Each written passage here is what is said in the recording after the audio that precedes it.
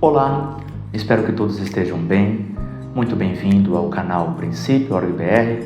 Eu sou Samuel Cunha e nós vamos dar continuidade a um estudo detalhado do Evangelho de Jesus Cristo segundo escreveu Mateus.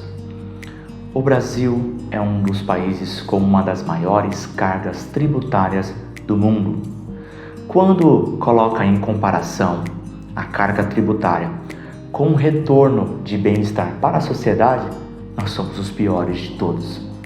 Isso deixa muitas pessoas indignadas que acabam, por esse motivo, sonegando seus impostos. Mas isso não tem o apoio do Senhor Jesus Cristo. Nós deveríamos estar mais preocupados com o nosso bem-estar eterno do que com o nosso bem-estar terrestre. Queremos hoje juntar esses dois temas que aqui nas Escrituras estão combinados. Quero ler com você Mateus capítulo 22, do versículo 15 ao 33, as questões do tributo e da ressurreição. Acompanhe na sua Bíblia. Então retiraram-se os fariseus, consultaram entre si como o surpreenderiam em alguma palavra, e enviaram-lhe os seus discípulos com os herodianos, dizendo: Mestre, bem sabemos que és verdadeiro e ensinas o caminho de Deus segundo a verdade, e de ninguém se te dá, porque não olhas a aparência dos homens. Dize-nos, pois, que te parece? É lícito pagar o tributo a César ou não? Impostos, né? Jesus, porém, conhecendo a sua malícia, disse: Por que me experimentais, hipócritas? Mostrai-me a moeda do tributo. E eles lhe apresentaram um dinheiro. E ele disse-lhes: De quem é essa efígie e esta inscrição? De quem é aquela aparência, aquela figura, aquela imagem, Dizem-lhe eles: De César. Então ele lhes disse: Dai, pois, a César o que é de César, e a Deus o que é de Deus. E eles, ouvindo isto, maravilharam-se e, deixando, se retiraram. No mesmo dia, chegaram junto dele os saduceus, que dizem não haver ressurreição, e o interrogaram, dizendo: Mestre, Moisés disse: Se morrer alguém, não tendo filhos, casará o seu irmão com a mulher dele, e suscitará descendência a seu irmão. Ora, houve entre nós 7 irmãos, e o primeiro, tendo casado, morreu, e não tendo descendência, deixou sua mulher a seu irmão. Da mesma sorte o segundo e o terceiro, até o 7º. Por fim, depois de todos, morreu também a mulher. Portanto, na ressurreição, de qual dos 7 será a mulher, visto que todos a possuíram? Jesus, porém, respondendo, disse-lhes: Errais, não conhecendo as Escrituras, nem o poder de Deus. Porque na ressurreição nem casam, nem são dados em casamento, mas serão como os anjos de Deus no céu. E acerca da ressurreição dos mortos, não tendes lido o que Deus vos declarou, dizendo: Eu sou o Deus de Abraão, o Deus de Isaque e o Deus de Jacó? Ora, Deus não é Deus dos mortos, mas dos vivos. E as turbas, ouvindo isso, ficaram maravilhadas da sua doutrina. Vamos começar comentando do versículo 15 ao 22. Ainda estamos na terça-feira da Semana da Paixão. Jesus contou 3 parábolas e os religiosos entenderam que Jesus falava contra eles. Agora eles se reúnem e planejam formas e maneiras de armarem ciladas para pegar Jesus em alguma questão. Eles chegam em 3 questões. Uma sobre o tributo, outra sobre a ressurreição e uma última sobre o maior dos mandamentos. Vamos ver agora a respeito da questão do tributo.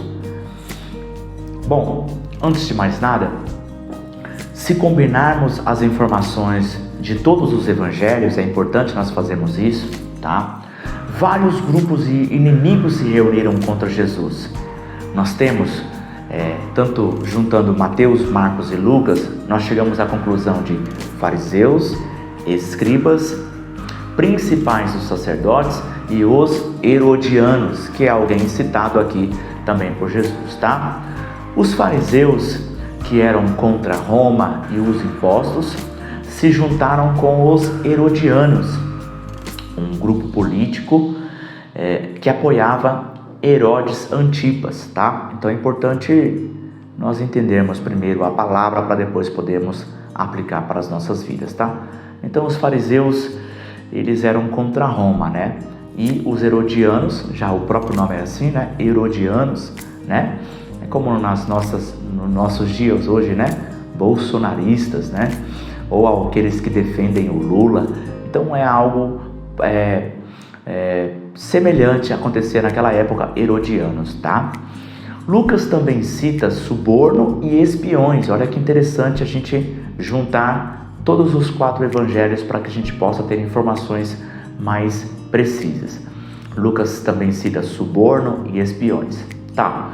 Observe como os espiões fazem sua questão. É interessante nós vermos como eles fazem essa questão. Mestre, sabemos que o Senhor é honesto, ensina a verdade sobre a maneira de viver de Deus, exige e não se importa com a opinião dos outros, nem julga sua pela aparência, tá certo? Então, essa aqui é uma outra tradução para ficar mais claro para a gente, tá? Então, veja que eles começam com um elogio, né? Uma bajulação, tá certo? Além disso, ele fala verdadeiro, né? E ele cita a questão da coragem. Então, ele diz assim, não se importa com a opinião dos outros, né? Uma tradução na linguagem de hoje, tá?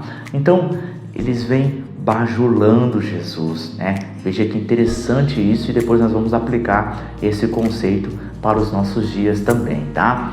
Então ele fala, enfatiza a coragem de Jesus. Olha, você não se importa com a opinião dos outros. Então era como se fosse uma cilada, uma armadilha, né? Eles estão elogiando, mas não é um elogio verdadeiro porque você faz para motivar alguém ou porque você está de fato admirando alguém. Não, era um elogio para causar orgulho, tentando causar orgulho no coração de Jesus e pegar ele em uma armadilha, em uma cilada. Mas vamos lá. A pergunta: é lícito pagar o tributo a César ou não? É um dilema difícil de escapar, tá? Pois se Jesus respondesse sim, eles acusariam Jesus de ficar a favor de Roma e contra o povo, certo? Se respondesse não, os herodianos o denunciariam como uma acusação de rebelião. E se Jesus se calasse, seria chamado de covarde. Olha que cilada. Eu não sei o que eu faria aqui nessa situação. Eu tenho bastante dificuldade com o improviso. Então, tente se colocar no lugar de Jesus. O que você faria, né? Tem algumas pessoas que têm o talento e a habilidade de improvisarem, né? Em situações difíceis. E aqui o nosso Senhor Jesus teve uma saída inteligentíssima, muito sábia, o que era esperado do Deus encarnado. Mas, apenas aqui para colocar, se ele dissesse sim, ele estava enrascado. Se ele dissesse não, ele também estava enrascado. E se ele se calasse, ele seria chamado de covarde, né? Então, foi uma armadilha e tanto que os inimigos de Jesus colocaram sobre ele. Vamos lá. Quando Deus faz uma pergunta, e aí é algo interessante para mim e para você, Deus está pedindo para nós examinarmos as motivações do nosso coração. Nós temos dito isso aqui já umas 5 vezes em nossos ensinamentos desse vídeo, né? E hoje nós estamos no vídeo número 49, né? Então nesses 49 vídeos, pelo menos umas 5 vezes, nós temos percebido Jesus fazendo perguntas, né? E quando Deus faz uma pergunta, nós temos duas coisas importantes. Primeiro, Deus quer que nós examinamos as motivações nossas, né, do nosso coração. E em segundo lugar, Ele quer nos forçar para pensar, tá bom? Então, Jesus, porém, conhecendo a sua malícia, disse: por que me experimentais, hipócritas? Tá certo? Então, Jesus fez uma pergunta para eles: por que me experimentais, né? O que está no coração das pessoas, né? Vamos examinar aqui o que estava. Então nós temos o personagem Jesus e os seus inimigos, os seus adversários, os religiosos, né? Nós já falamos aqui, fariseus, escribas, principais sacerdotes, herodianos e assim sucessivamente.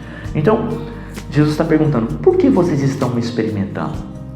Por que vocês estão me tentando? Por que vocês estão me testando, tá certo? E nós, avaliando o texto bíblico, nós podemos responder esta pergunta. Vamos fazer esse exercício junto. Primeiro, o que está no coração de pessoas que, em primeiro lugar, se une com os seus inimigos para atacar o inocente? Era isso que aqueles religiosos estavam fazendo. Os fariseus e os herodianos eram inimigos. Eles tinham ideias diferentes, contrárias, opostas, inversas, mas eles se uniram para atacar o inocente, que é o Senhor Jesus. Segundo lugar, eles tinham ódio no coração. Então, qual era a motivação deles? Eles tinham ódio no coração. Segundo, um ódio mortal, né? Terceiro, eles usaram suborno. Então, o que tem por trás? Por que vocês estão experimentando, já que vocês usam suborno? O que tem no seu coração, né? Em quarto, eles contratam espiões. Então, por que vocês estão experimentando? Talvez se eles tivessem ouvido Jesus, eles teriam se arrependido, voltado atrás e se convertido dos seus maus caminhos. Por quê? Porque eles tinham se unido para atacar um inocente, eles tinham ódio mortal no coração, eles estavam usando o suborno e tinham contratado espiões. Então, o que pode ter no coração de alguém que tem essas ações externas, né? Eles têm essas ações aqui, essas escolhas. A resposta é óbvia. Eles tinham orgulho, ódio, hipocrisia, inveja e corrupção. Então, a pergunta de Jesus é: por que me experimentares? A resposta dela é: eu te experimento, Jesus, porque eu tenho orgulho, porque eu tenho ódio, porque eu tenho hipocrisia, porque eu tenho inveja e porque eu tenho corrupção no meu coração. Essa é a resposta para essa pergunta profunda de Jesus, tá certo? Então, nós precisamos fazer o exercício, às vezes, de fazer as perguntas do porquê. Mas vamos continuar. A moeda de um denário continha a imagem de Tibério César, tá? Imperador da época. E também a inscrição: Tibério César, filho do divino Augusto, tá? E também a descrição de si mesmo como Pontifex Maximus, tá? Ou sumo sacerdote. Essas informações eu extraí do Beacon e também dos comentários do Hernandes Dias Lopes, tá? Então, você precisa pensar que, para entender melhor esse texto, quando Jesus diz: me dá uma moeda, né? Quando ele pega a moeda, de quem é essa inscrição? Como era esta moeda, né? Então hoje nós temos aí a moeda de R$1, por exemplo, né? Como tem lá, como é essa imagem, tem frente e verso, né? Tem dois lados, né? A moeda. Então nós temos aqui a informação histórica de como era essa imagem, tá certo? Tibério César, filho do divino Augusto, olha a expressão divino, né? De um Deus, tá? E também Pontifex Maximus, ou seja, um sumo sacerdote, né? Então eles estavam aqui de certa forma usurpando, né, a posição de Deus, tá certo? Então talvez isso tenha relação com a resposta de Jesus, que dê a César o que é de César e dê a Deus o que é de Deus. Mas vamos lá. A resposta de Jesus é desconcertante e completa. Vamos lá. Dar a César é o mesmo que pague os impostos, tá bom? Então quando Jesus diz assim: dê a César o que é de César, ele está evidentemente pegando uma moeda, né, um dinheiro, e falando: olha, de quem que é? Qual é a inscrição disso aqui? Qual é a imagem que eu tenho? Qual é a foto, né? Qual é a imagem que eu tenho nessa moeda? Qual? Ah, de César. Então, essa moeda é de César, dê a ele o que é dele. Dê o dinheiro, dê o dinheiro para o César. Por quê? Porque na moeda tem a foto dele. Então, em outras palavras pague os impostos. A sua pergunta original é lícito pagar a César os impostos? Jesus está dizendo: pague. Ele não está obrigando você? Ele não é um imperador? Então, Deus concorda e apoia isso. Dê a César o que é de César, tá? Pague, para os nossos dias pague aos governos aquilo que é imposto. Sabe que a palavra imposto é obrigação, tá certo? Então Jesus não está apoiando aqui rebelião nenhuma contra Roma, e não apoia também rebelião nenhuma contra o governo que está atual, certo? Eu não estou aqui apoiando Lula ou Bolsonaro, não, mas seja qual for o governo que estiver lá, é um papel do cristão orar por esse governo e não se levantar uma rebelião. Orar e obedecer esses governos, tá certo? Então, pague os impostos, é isso que Jesus está querendo dizer aqui, tá? Dar a Deus pode ter 3 referências, tá? Aqui, e eu vou citar as 3 referências, talvez no mínimo essas 3, tá? Não sei se existe uma quarta ou uma quinta, mas pelos meus estudos nós podemos chegar nessas 3 possibilidades. Primeira, ele está falando, dá a Deus o que é de Deus, ele está se referindo à adoração. Então, de certa forma, César se achava um Deus, tá certo? Então, César se achava um Deus. Então, a primeira aplicação que nós podemos dizer, que Jesus falando, dê a Deus o que é de Deus, olha, não se prostre perante César, não adore a César, porque César acha que ele é Deus, mas não. O dinheiro pode ser dele, mas a glória de Deus, Deus não divide com ninguém, tá certo? Então, pague os seus impostos, mas a adoração apenas a Deus. Essa é a primeira possibilidade. A segunda possibilidade é Jesus falando a respeito do espírito humano. O espírito volta a Deus. Então, de certa forma, Jesus poderia estar querendo dizer, pague os impostos a César, mas a sua alma, o seu espírito, dê a Deus. Dê o seu coração a Deus, tá certo? Dê o seu espírito a Deus, né? No Evangelho segundo João, nós vamos ver Jesus falando, né, para Nicodemos, Deus é espírito e importa que os que adorem a Ele, o adorem em espírito e em verdade. Então, é provável que Jesus esteja querendo dizer aqui, pague os impostos a César, mas dê o seu coração, o seu espírito, a sua alma a Deus. A terceira e última possibilidade é que Jesus esteja falando a respeito dos dízimos. Então ele está querendo dizer, como o assunto aqui é tributo e é dinheiro, né? Jesus pode também estar querendo dizer, dê a César o que é de César e dê a Deus o que é de Deus. O que? As primícias, como é um ensinamento totalmente dito no Antigo Testamento e até mesmo no Sermão do Monte. Jesus, em Mateus capítulo 6, fala para a gente buscar em primeiro lugar o reino de Deus e a sua justiça, ou seja, oferecer a Deus as nossas primícias, tá certo? Então, é provável aqui também que Jesus esteja se referindo ao dízimo, apesar de ser uma probabilidade muito menor comparado com adoração e espírito, tá bom? Legal. Bom, então nós concluímos aqui esse trecho, né, do versículo 15 ao 22, na primeira questão dessa série de 3 questões que os religiosos vão fazer para Jesus. A primeira questão do tributo nós encerramos assim. Portanto, os fariseus que eram contra Roma, a palavra de Deus vai dizer, dai, pois, a César o que é de César.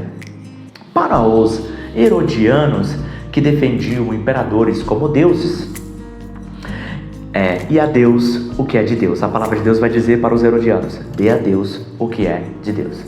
Para César, que queria usurpar e ser um Deus, a palavra de Deus vai dizer, não ouse usurpar o que é de Deus. E para nós e para a multidão daquela época, a palavra de Deus vai dizer, e eu deixo aqui algumas referências, obedeça a Deus e obedeça também os governos. Vamos comentar agora do versículo 23 ao 33.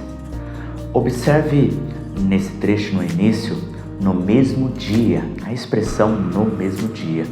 Nós ainda estamos na terça-feira da Semana da Paixão, tá? E dessas 3 questões que os religiosos questionam e perguntam a Jesus, nós vamos agora tratar da segunda a respeito da ressurreição dos mortos.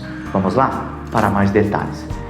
Bom, os saduceus acreditavam apenas no Pentateuco, tá? Então, se no início nós tínhamos lá fariseus, escribas, principais sacerdotes, herodianos, aqui nós temos os saduceus. é um outro grupo religioso, tá bom? Então eles acreditavam apenas no Pentateuco, tá? Os 5 primeiros livros da Bíblia, Gênesis, Êxodo, Levíticos, Números e Deuteronômio, tá? E que as pessoas desapareceriam após a morte, tá bom? Não acreditavam na ressurreição, nem na alma, nem nos anjos, tá bom? Nem nos demônios e nem no julgamento final. Se você quiser saber mais sobre este grupo religioso, leia Atos 23:8, tá bom? Então eles não acreditavam nada a respeito disso. Então, principalmente aqui, não acreditavam em toda a Bíblia, né? Porque ali, na época de Jesus, não tinha ainda o Novo Testamento. É importante a gente citar esse ponto importante, tá? Jesus estava ali e as escrituras deles eram apenas o Antigo Testamento. Então eles não acreditavam, por exemplo, nos Salmos, em Eclesiastes, nos profetas, mas apenas nos 5 primeiros livros da Bíblia, tá bom? Bom, muito bem. Mas principalmente eles não acreditavam, né, na ressurreição. Então eles pensavam que as pessoas iriam desaparecer após a morte, tá? A questão é fundamentada no levirato, tá? Levirato, que significa o irmão do marido. Essa expressão levirato significa o irmão do marido, tá bom? Essa lei obrigava o irmão do marido morto a suscitar herdeiro para o falecido. Se você quiser ter mais informações sobre isso, leia Deuteronômio 25, do versículo 5 até o 10, tá bom? Então, toda essa questão que eles levantam, né? Um marido e depois morre, aí a mulher vai sendo do irmão do falecido, né? Então a viúva, ela é dada, né, segundo a lei de Moisés e a cultura daquela época, tá? A mulher era dada para o irmão do marido para quê? Para suscitar herdeiro e o nome daquele falecido não venha a ser esquecido, tá bom? Tá? Isso é muito importante para a cultura judaica, então a solução que Moisés encontrou para esta questão, tá? Os saduceus começam chamando Jesus de mestre, uma bajulação novamente, com intenção maligna, tá? Então nós vamos falar sobre isso na aplicação, né, a respeito da bajulação, e nós temos aqui novamente usando a mesma estratégia. Mas vamos lá. A questão é uma situação hipotética e muito improvável, tá? Então os saduceus não estão usando aqui um caso que aconteceu, tá? Eles estão usando uma hipótese, né? Uma situação muito improvável. 7 irmãos casaram com a mesma mulher. Essa é a situação. Quem será o marido dela na ressurreição? Então, basicamente, essa é a pergunta dela. Então, peço 7 homens que se casaram com a mesma mulher. No céu, né? Quem que vai ser o marido original dessa mulher, né? Essa é a pergunta que eles levantaram usando a lei de Moisés ali para o levirato, tá? Então, vamos lá. Muito provavelmente essa era uma questão sem resposta nos debates teológicos, tá? Entre saduceus, escribas e fariseus. Então, como os escribas e fariseus defendiam a ressurreição dos mortos, então os saduceus muito provavelmente lançavam essa questão, era uma pergunta pronta deles e que não tinha ali respostas, tá bom? Pelos grupos dos escribas e fariseus. Então, eles pegam aquela questão que já venceram bastante debates usando essa questão e jogam até Jesus para armar uma cilada, para uma armadilha para Jesus, tá bom? Então vamos lá. Não existe nada na passagem sobre a lei do levirato que falava sobre a vida após a morte. Portanto, os saduceus estavam usando um texto fora do contexto, certo? Então, aqui nós precisamos olhar quais foram as ações dos saduceus para eu e você não cometermos o mesmo erro. Usar um texto fora do contexto é um erro muito comum de interpretação das escrituras e que pode ocasionar problemas, que nós vamos pegar uma situação achando que Deus está nos pedindo uma coisa, quando na verdade é uma mentira, tá certo? Então eu e você precisamos aprender a respeito disso. Mas vamos lá. Na vida futura não seremos anjos, mas como anjos. É diferente, é o que Jesus está afirmando. Vocês não vão ser anjos, mas vocês vão ser como anjos. Nós vamos ter algumas características do anjo. Quais? Não haverá necessidade de reprodução. Então aqui Jesus está nos dando uma informação a respeito dos anjos. Os anjos não se reproduzem, tá certo? A morte separa o homem da mulher. Deus disse uma só carne, não um só espírito, tá certo? Então, a morte, ela vai separar o marido da esposa, né? O esposo da esposa, o homem da mulher, o pai da mãe. Então vai haver ali uma separação. Porque Deus declarou em Gênesis, veja que interessante, o homem e a mulher serão uma só carne, né? Mas não diz um só espírito, né? É possível um homem se salvar e uma mulher não ser salva. Da mesma forma, uma mulher pode ser salva e o seu marido também não, né? Então é possível isso acontecer. Então, uma só carne, sim, falando da relação sexual, falando da unidade que isso acontece, falando da união que eles têm, né? Mas não um só espírito, tá? Então, nós não seremos anjos, nós seremos como anjos. E os anjos não precisam de reprodução. Então vamos lá.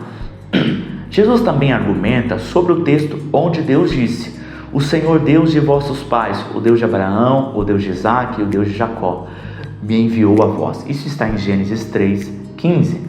Ora, a conclusão é que Deus não é de mortos, mas de vivos. Então, se o próprio Deus, né? Porque aqui em Gênesis 3:15, perdão, o próprio Deus aparece a Moisés, né?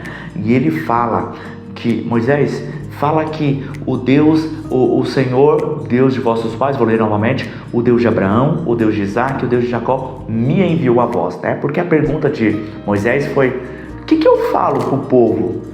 Eu falo o que para o povo, né?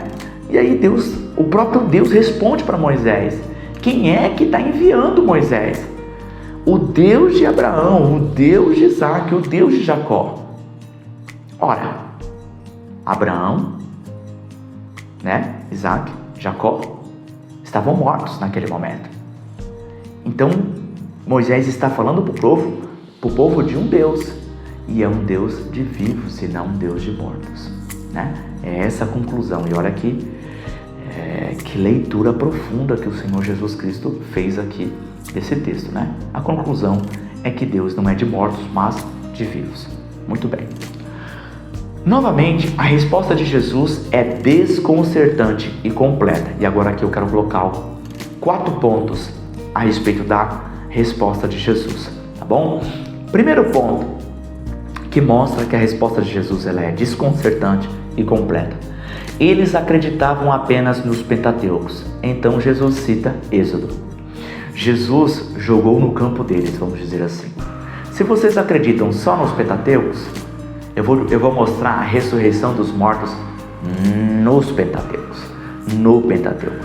Então eu vou mostrar para vocês que a Escritura no Pentateuco defende, apoia e prova a ressurreição dos mortos, tá certo? Então, esse foi o primeiro ponto. Segundo ponto, eles não acreditavam em ressurreição e Jesus afirma a existência de vida futura, céu e anjos. Então, só neste trecho, Jesus provou a existência de ressurreição, porque Deus é Deus de vivos e não de mortos. Abraão, naquele momento, estava morto, então Deus está falando: eu sou o Deus de Abraão, eu sou o Deus de Isaac, eu sou o Deus de Jacó. Se esses homens estão mortos, então quer dizer, Deus afirmando que era Deus daquelas pessoas, está afirmando que existe vida após a morte, que existe céu e que existe anjos, tá certo? Então vamos lá. Terceiro lugar, eles acreditavam que o relacionamento com Deus é encerrado na morte, o que é negado por Jesus. Então eles acreditavam que quando a gente morre, a gente entra em um sono eterno e deixamos de existir, nós desaparecemos. Jesus está dizendo: não, o seu relacionamento com Deus não encerra ali. Existe um relacionamento com Deus após a morte. É o que Jesus está apoiando aqui nesse discurso, tá bom? Em quarto e último lugar, o fundamento do erro dos saduceus estava em não conhecer as Escrituras, pois elas afirmavam a ressurreição. também erravam por não conhecer o poder de Deus. Por quê? Pois Ele é poderoso para ressuscitar o ser humano e lhe conceder um corpo espiritual que não necessita de casamento.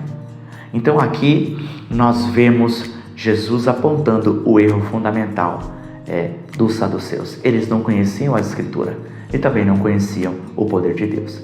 Deus é poderoso, assim como Ele foi poderoso para criar o homem do pó da terra, para criar o sol, a lua, dividir o mar da terra e todos os animais, cada um segundo a sua espécie.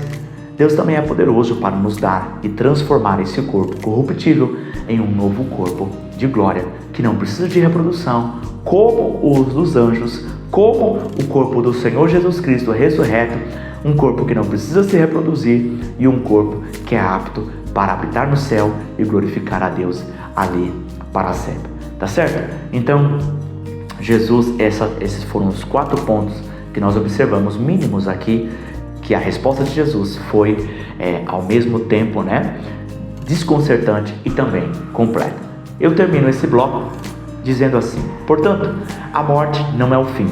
Haverá um juízo final. Os mortos ressuscitarão. Os salvos passarão a eternidade no céu. Os outros no inferno de fogo eterno. Você é livre para escolher onde vai passar a sua eternidade. Vamos agora tentar aplicar este conteúdo da Palavra de Deus. E eu gostaria de começar com uma pergunta. Na sua opinião, qual é a diferença entre um protesto e uma conspiração? Como nós podemos identificar se um grupo de pessoas, uma pessoa ou um grupo de pessoas, eles estão fazendo um protesto legítimo, bom, ou uma conspiração, estão levantando uma rebelião, iniciando uma rebelião? Como nós podemos diferenciar um caso e outro? E falando de uma maneira bíblica, teológica, nós temos que observar principalmente 2 coisas. Primeiro, qual é a motivação desse levante? Qual é a motivação desse movimento? E a segunda coisa que nós precisamos observar é a respeito da transparência. Então, por exemplo, como o assunto aqui é igreja, Deus, Jesus Cristo, a palavra de Deus, se um grupo de pessoas ele vai até o seu líder, o seu pastor, para protestar, a motivação deve ser o amor, a fé, a verdade. Deve existir uma transparência, ou seja, esta pessoa que está observando algum padrão que discorda naquela igreja, ele vai até o seu pastor pessoalmente. Não fica falando daquele pastor e formando um grupo contra aquele pastor. Tá entendendo? Então a motivação é amor e ele vai ser transparente. Ele vai pessoalmente, diretamente ao pastor e fala: pastor, eu não concordo. O senhor poderia me explicar melhor como funciona assim, assim, assado? Então, motivação e transparência. Agora, diferente de um protesto, é quando você vai fazer uma conspiração, você pega aquilo e fala que começa a falar mal daquele líder com grupos, junta um grupo e vai até ele diretamente, às vezes com violência, às vezes com agressão, e muitas das vezes a motivação por trás é vingança, é ódio, é inveja, ou aquela pessoa que inicia isso, na verdade, ela quer tomar o lugar daquele líder. Tá certo? Então isso se aplica à igreja, isso se aplica no trabalho, isso se aplica em famílias, isso se aplica em governos em uma maneira muito maior. Tá certo? Então, assim nós entendemos, muitas das vezes talvez está acontecendo na sua vida, em qualquer desses grupos que eu estou citando. Como que eu faço para a diferença entre eu repreender alguém, como nós aprendemos aqui em Mateus 18, se você quiser, volte lá nesse ensinamento, de uma maneira legítima, que a palavra de Deus apoia em busca da verdade, em busca de santidade, em busca daquilo que é certo. E qual é a diferença daquilo que você quer levantar uma rebelião ou uma conspiração, tá bom? Cada um examine a si mesmo e que Deus possa nos direcionar em nome de Jesus. Mas vamos lá. Segunda aplicação: cuidado com as pessoas que usam bajulações, tá certo? Uma aplicação muito evidente aqui. A maioria dos elogios, eu vou colocar aqui uma opinião pessoal minha, tá? 70% dos elogios, eles são interesseiros, tá bom? Então, tome muito cuidado com os elogios, bajulações. 70% deles, em média aí, tá? Um valor aproximado, eles vão ser interesseiros. Não é um elogio verdadeiro que está ali para motivar. Vamos lá. Examine o seu coração e seus erros, perguntando o porquê para todos os seus problemas. Por exemplo, por que eu não prospero? Por que eu não consigo ter sucesso na vida financeira? É uma pergunta, faz esse porquê, examina e vai anotando os porquês. Talvez você gasta muito, talvez você gasta mais do que recebe, né? Talvez você tenha um desejo de ostentar, talvez você trabalha pouco, talvez você não é dizimista, talvez você não dá a Deus as suas premissas e assim sucessivamente. Nós temos dado aqui nesses 49 vídeos até hoje, né, muitas orientações a respeito da administração do dinheiro. Mas vamos lá, não é um foco aqui. Por que meu casamento está em crise? Será que talvez você ora pouco? Você tem colocado o seu casamento diariamente nas mãos do Senhor? Você tem tentado fazer a tua parte, no caso do marido, amar a sua esposa como Cristo amou a igreja? Ou você, esposa, você tem sido submissa ou você tem se rebelado contra o seu marido? Isso mesmo, o seu marido é um líder, a família é um grupo, o marido, a mulher e os filhos, e o marido, ele é um líder ali. Se a esposa não é submissa ao seu marido, você está se rebelando. É uma rebelião contra o seu marido. Tá certo? Então, estou aqui para ensinar os princípios da palavra de Deus. Eu não ligo para os padrões dessa sociedade, tá? Então, o meu compromisso aqui é com aquilo que a palavra de Deus tem revelado a nós. Então, por que seu casamento está em crise? Mesmo que o seu marido não seja cristão, tá? É necessário obediência ao seu marido. Então, eu estou aqui comprometido com aquilo que a palavra de Deus diz, princípios que inclusive o Senhor Jesus Cristo disse. Quer aprender mais sobre casamento? Volte lá no vídeo a respeito de Mateus 19. Mas vamos lá. Por que meu filho é tão problemático? Então, quais são as responsabilidades dos pais? Orar por seus filhos todos os dias. Ensinar seus filhos a palavra de Deus através do seu exemplo. Ensinar seus filhos a palavra de Deus. Senta com eles semanalmente, ensinando os princípios da palavra de Deus. Não pense que a igreja é responsável por ensinar a palavra de Deus para os seus filhos, por não é. A Bíblia diz que os pais são responsáveis, tá bom? E por último, consagre, entregue os seus filhos a Deus. E depois você precisa esperar e aguardar o agir de Deus, porque eu e você não temos capacidade como pais de transformar corações. Só Deus pode transformar corações, tá bom? Então, estou apenas aqui colocando exemplos, tá?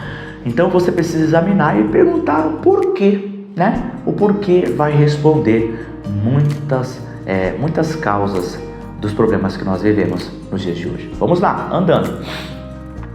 Assim que receber o seu salário, dê o seu dízimo, dê as premissas de toda a sua renda para Deus, tá bom? Então não estou dizendo aqui como um passe de mágica, um estalar de dedos, que você fazendo isso você vai passar a ser rico. Não é isso, tá? Busque ao Senhor, a Deus e a sua justiça em primeiro lugar, e todas essas coisas vos serão acrescentadas. Jesus fez essa promessa ali em Mateus 6, e eu acredito nela, eu vivo ela, e eu tenho vivido prosperidade da parte de Deus. Deus tem me dado muito mais do que aquilo que eu preciso para sobreviver. Isso é o transbordar de Deus.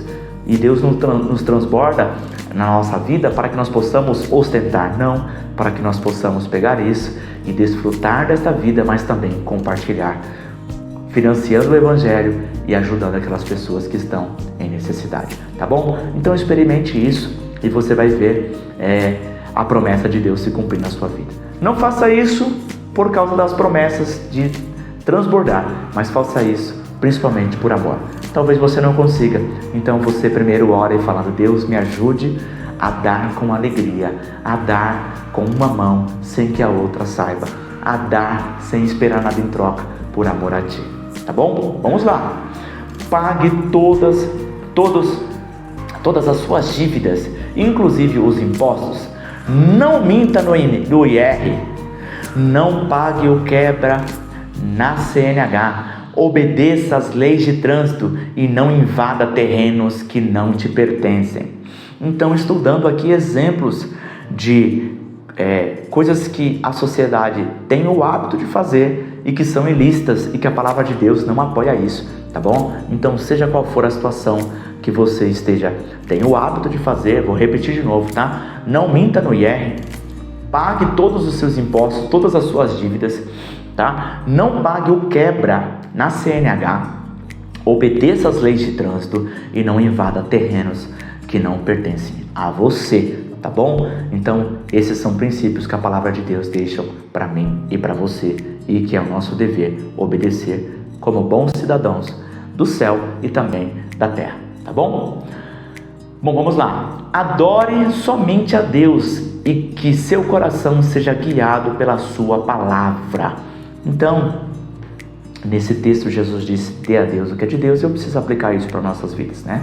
Não se prostre perante imagens de escultura, tá bom? Não seja um idólatra, por exemplo, de famosos, de atores, de jogadores de futebol. Não adore o seu carro, não adore o dinheiro, não adore um filho, um cônjuge, não adore a si mesmo, adore somente a Deus, tá bom? Isso é o primeiro e o segundo dos 10 mandamentos que Deus escreveu ali nas tábuas para Moisés e que até os dias de hoje estão aqui implícitos no Novo Testamento, tá bom? Então adore somente a Deus. A idolatria é um pecado extremamente oculto. Muitas vezes o orgulho é uma idolatria própria, tá certo? A ostentação, né? A busca por admiração, na verdade, é uma busca para adoração própria, tá certo? Então vamos lá. O que está em sua posse e é de Deus e você insiste em não devolver? Isso é uma pergunta e vou dar aqui alguns exemplos. O que está nas suas mãos, em sua posse, e você insiste em não devolver? A glória, ou seja, a admiração. Pessoas elogiam você e você pega aquilo para você, não transfere para Deus. O seu coração, o que ocupa o primeiro lugar do seu coração? Você não tem dado o seu coração a Deus, né? O que tem ocupado o primeiro lugar do seu coração? Talvez as riquezas, os prazeres, as preocupações, o trabalho, né? O cônjuge, um filho, um bem e assim sucessivamente.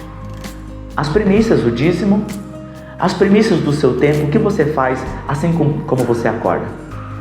Eu acho que hoje em dia 70% ou 90% das pessoas, assim que acordam, eles pegam o celular para abrir um Instagram, ou Facebook, ou qualquer outra rede social, ou para ver as notícias e passar minutos ali e horas, ao invés de você ofertar as primícias do seu tempo a Deus em oração, no seu devocional, na sua palavra, tá certo? Então, quem sabe você não devolve a vingança para o Senhor. A Bíblia diz, Deus declarando, minha é a vingança. Isso está em Romanos e também está no Antigo Testamento. Minha é a vingança. Então talvez alguém faz algo para você que é injusto e você pega aquela vingança e quer se vingar daquela pessoa. A vingança não pertence a você. A vingança pertence a Deus. E você deve perdoar e orar pelos seus inimigos. Esse é o princípio da palavra de Deus. Então examine aí o que está em tuas mãos e você tem tomado, quando na verdade isso pertence a Deus, tá? Vamos lá. Toda a Escritura é divinamente inspirada e proveitosa para ensinar, para redarguir, para corrigir, para instruir em justiça. Então nós vemos aqui nesse diálogo de Jesus, né, nesse debate, nesse questionamento, que Jesus utiliza as Escrituras. E ele está usando um texto de Êxodo 3,15. Então, toda a Escritura, ela é proveitosa. Você precisa criar o hábito de ler as Escrituras frequentemente, de estudar as Escrituras, tá bom? Então, eu deixo aqui esse desafio para você. Comece de Gênesis e vai devagar, caminhando cada texto. Tudo é útil nas Escrituras, tá bom? Crie o hábito de ler as Escrituras e de estudar e de principalmente ouvir e praticar, tá bom? Outra aplicação. Estais sempre preparados para responder com mansidão e temor a qualquer que vos pedir a razão da esperança que há em vós. Que aplicação é essa que está em 1 Pedro 3,16? Pedro está dizendo que eu e você precisamos estarmos prontos para responder. Pessoas que perguntam: por que você acredita? Por que você vai para a igreja? Por que você ora? Por que você lê a Bíblia? Por que você acredita em Jesus Cristo? Por que você prega Jesus Cristo? Tá certo? Então, eu e você precisamos estarmos prontos para responder. Como que eu faço isso? Estudando a Bíblia. Então, primeiro, continue lendo a Bíblia de uma maneira pessoal. Depois você estuda a Bíblia. Compre Bíblias de estudo. Compre dicionários. Assista vídeos sobre os assuntos que você tem tido dúvidas. Acompanhe aqui o nosso canal Princípio.org.br e você vai estar sempre. Acompanhe aí o site Princípio.org.br. Você vai encontrar muitos ensinamentos, muitos textos, vídeos e palavras que você pode crescer no conhecimento da palavra de Deus e assim ter um respaldo, um conteúdo para defender a sua fé. Essa é uma aplicação que nós encontramos aqui, tá bom? Jesus foi questionado e ele respondeu através das Escrituras, né? Eu e você precisamos fazer a mesma coisa. A morte não é o fim, haverá um juízo final. Os mortos ressuscitarão, os salvos passarão a eternidade no céu e os outros no inferno de fogo eterno. Eu e você precisamos decidir onde é que nós vamos passar a eternidade. Isso não depende das nossas obras, tá bom? Mas quando nós cremos na palavra de Deus, o Espírito Santo vem morar em nós, porque Jesus disse que nos daria o Espírito Santo, e quando o Espírito Santo vem habitar em nós, aí ele nos habilita a fazermos boas obras. Nasce frutos dentro de nós, como o amor, a alegria, a paz, a fé, o domínio próprio, e assim muitos outros que está ali em Gálatas capítulo 5. Além disso, nós somos habilitados com os dons do Espírito Santo, como por exemplo, a palavra do conhecimento, a palavra de sabedoria, a profecia, a fé e assim sucessivamente. Então nós somos habilitados tanto a ser uma nova criatura aqui dentro e também a servir o reino de uma maneira exterior, tá bom? Então, eu e você precisamos fazer isso para que nós possamos aqui ter uma nova vida em Jesus Cristo, tá bom? Anjos existem e servem ao povo de Deus. Demônios também existem e querem levar a sua alma para o inferno. Como? Te fazendo desobedecer, né? Nós falamos aqui a respeito de rebelião e a maior de todas as rebeliões, nós somos, por exemplo, uma criança. Ele tem o líder, a mãe. Ele tem outro líder, o pai. Ele tem outro líder, o professor. Ele tem outro líder, os diretores da escola. Ele tem outro líder, os policiais. Um prefeito da cidade, um governador do estado, um presidente do país. Tudo isso são líderes que ele está aqui embaixo e são líderes acima deles. Agora, acima de todos esses, nós temos o Deus Pai, o Senhor Jesus Cristo e o Espírito Santo, que é Deus e eles são senhores e nós servos, tá certo? Então, nós precisamos obedecer a toda essa cadeia de hierarquia de senhores, tá certo? Então, a maior rebelião que nós podemos fazer é desobedecer a Deus, uma ordem de Deus. Então, os demônios vão agir para que eu e você sejamos rebeldes, desobedecemos e virmos a pecar contra Deus, tá bom? Isso nos levará ao inferno, tá? Encerramos com essa pergunta. Examine os seus dias e responda. Você está mais preocupado com o tipo de vida terrestre, com o tipo de morte com que você vai ter, né? Algumas pessoas falam, poxa, eu quero morrer assim, ou assado, eu não quero morrer com faca, mas com tiro, eu quero morrer doente, eu quero morrer dormindo, né? Qual o tipo de preocupação que você tem? Com o tipo de vida terrestre, com o tipo de morte com que você vai ter, ou com o tipo de ressurreição que você terá? Que Deus abençoe a sua vida. Até a próxima.